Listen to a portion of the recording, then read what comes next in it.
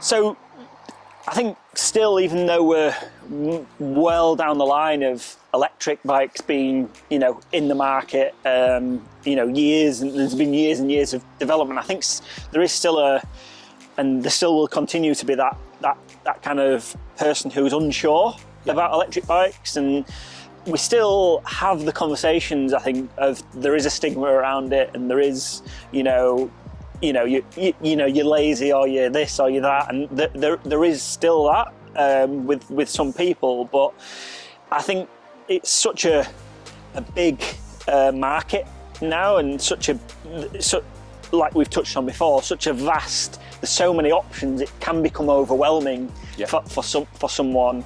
In buying an electric mountain bike, even, just to keep it as a mountain bike, there's hardtail, electric bikes, there's full suspension electric bikes, there's now half-powered electric bikes, there's three-quarter powered electric bikes, there's so much out there. I think it can be quite overwhelming, and I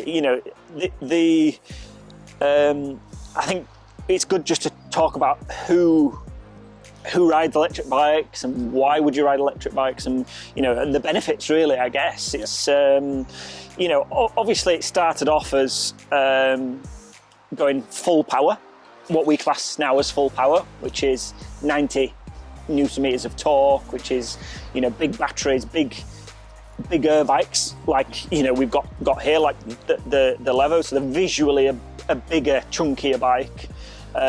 Now we've kind of progressed, maybe a couple of years, 3 years, the platform of the SL. The SL, yeah, we're into 3 years now. Yeah, has been out, which is a sleeker looking bike, a more, like, it looks more like a normal bike. But what are you kind of seeing of what's more popular? Who's kind of buying this thing? In terms of SL versus full power, it's a really, really interesting story, and I think that the key thing to me is neither are better. Yeah. You've got options. Yeah. So you've got riders that inherently they want to buy an e-bike, and ultimately they just want as much power as possible. Yeah. And like we said earlier, you can go out and you can blast the miles. Yeah. You've only got an hour. Yeah. Maybe it's a lunch ride, a quick ride after work. A full power e-bike is great. You can get yourself up the hills as quickly as possible and have a great ride in a short period of time. The SL platform is really an interesting bike. It's much more nimble. It's much more akin to riding a trail bike. Yeah. So it's really good to look at it instead of SL versus full power, normal trail bike versus SL. Yeah. If a rider is considering a new trail bike, new suspension bike, maybe they got an old stump jumper and they get a new one, they might consider going for an SL. Yeah. Give themselves a little bit of assistance. Yeah. And have an e-bike that's got more than enough power to get them up every hill. But actually handles, is really, really nimble. Yeah. Feels much more like a trail bike to ride. Yeah. And it's absolutely an incredible tool. It's really good if you like doing big days out, because the range on them is absolutely phenomenal. Yeah. It's a more of an efficient system in terms of the motor, the voltage. Yeah. It's a 320 watt hour internal battery. Yeah. Which is removable, but it's not designed to be just pull it out easily. Yeah.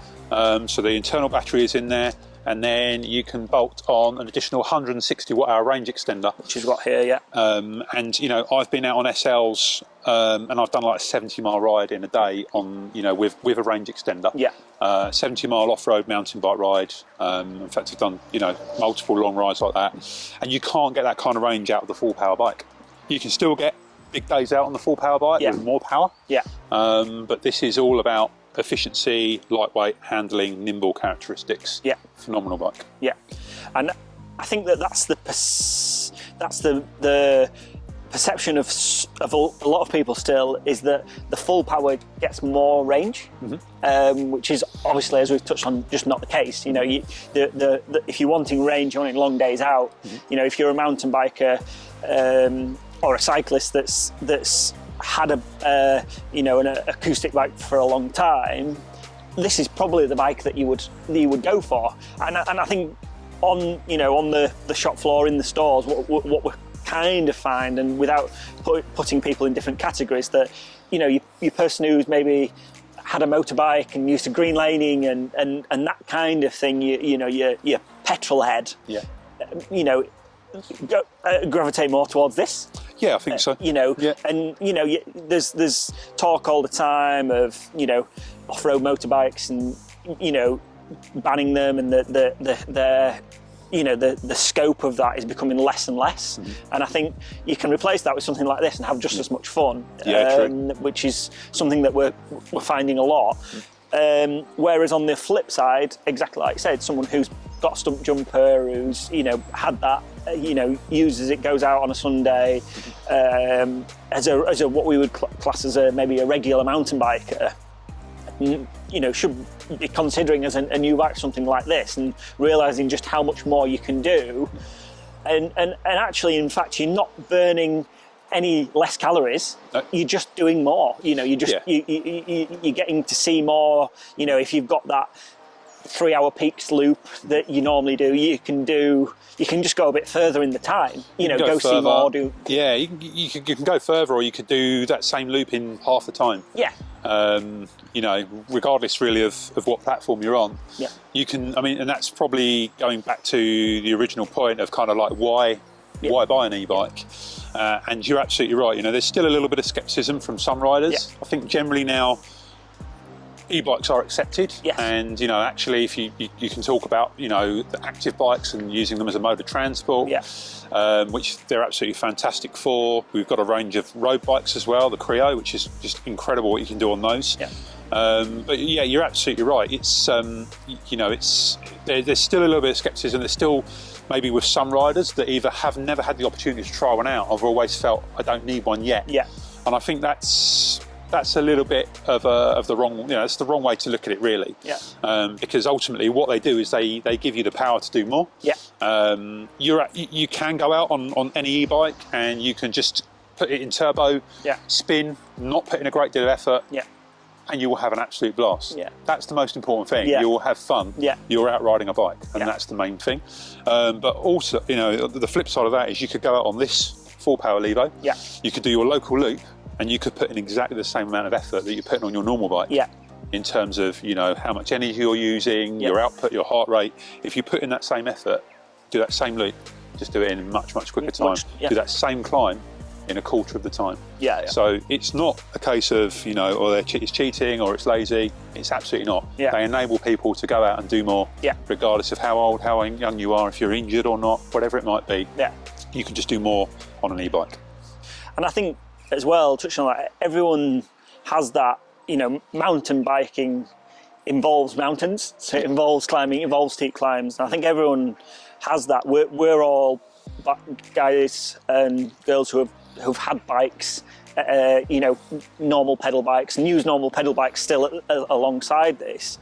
But everyone has those days where you just can't be bothered to get up that first climb. It's raining, it's a bit cloudy, and you just think, I can't be bothered to get up that first climb. Whereas, with either of these platforms, it just gets you up there and gets you out. It gives you that extra bit of motivation. It makes it a little bit easier just to get up and get out of bed on a bit of a bad day, and just get out there. Whereas, and we've all been there on a normal pedal bike. The thought of getting up, it's cold.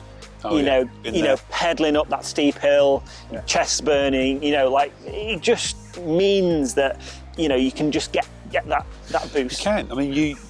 You ride more. If you've got an e-bike, you get more miles in and you get more rides in, because, like you say, it's just easier to get up and think, well, I've only got an hour. Probably on a normal trail bike, you might just think it's not worth it. I'm only going to get 8-9 miles in today. But on an e-bike, you can just do it. You can jump up, you can get out.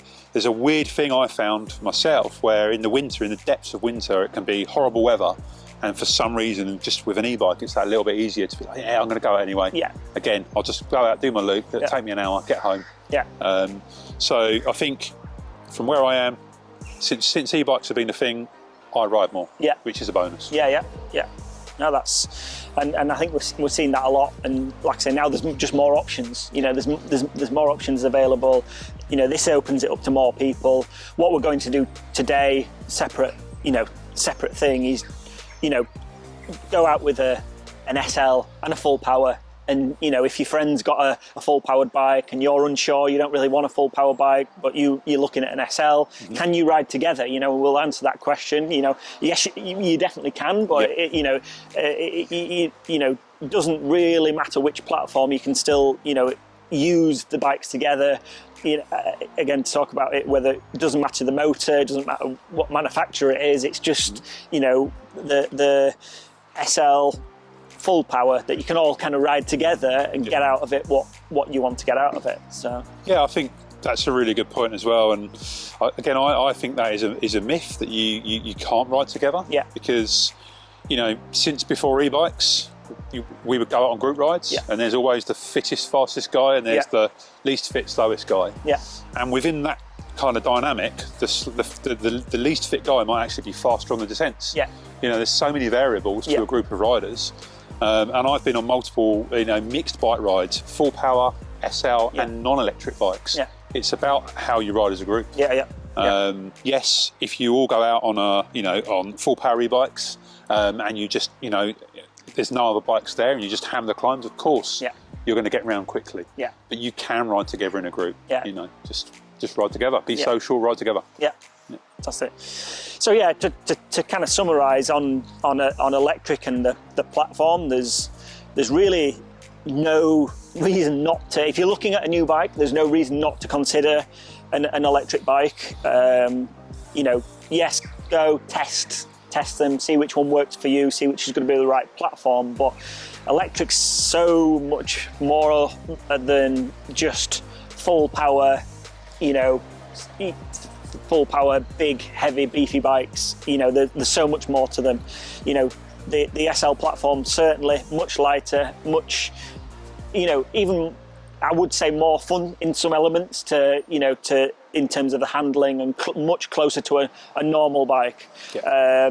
Whereas you've got your full power, you know, we've got more power than what you can throw a stick at, and you can go smash out get the Strava, smash out your fastest times on something like that. But there really is a kind of e-bike for everyone, whether you're the fittest guy in the world or whether you haven't ridden for 20 years and you've been smoking 30 a day and drinking Stella every night. There is an e-bike for you.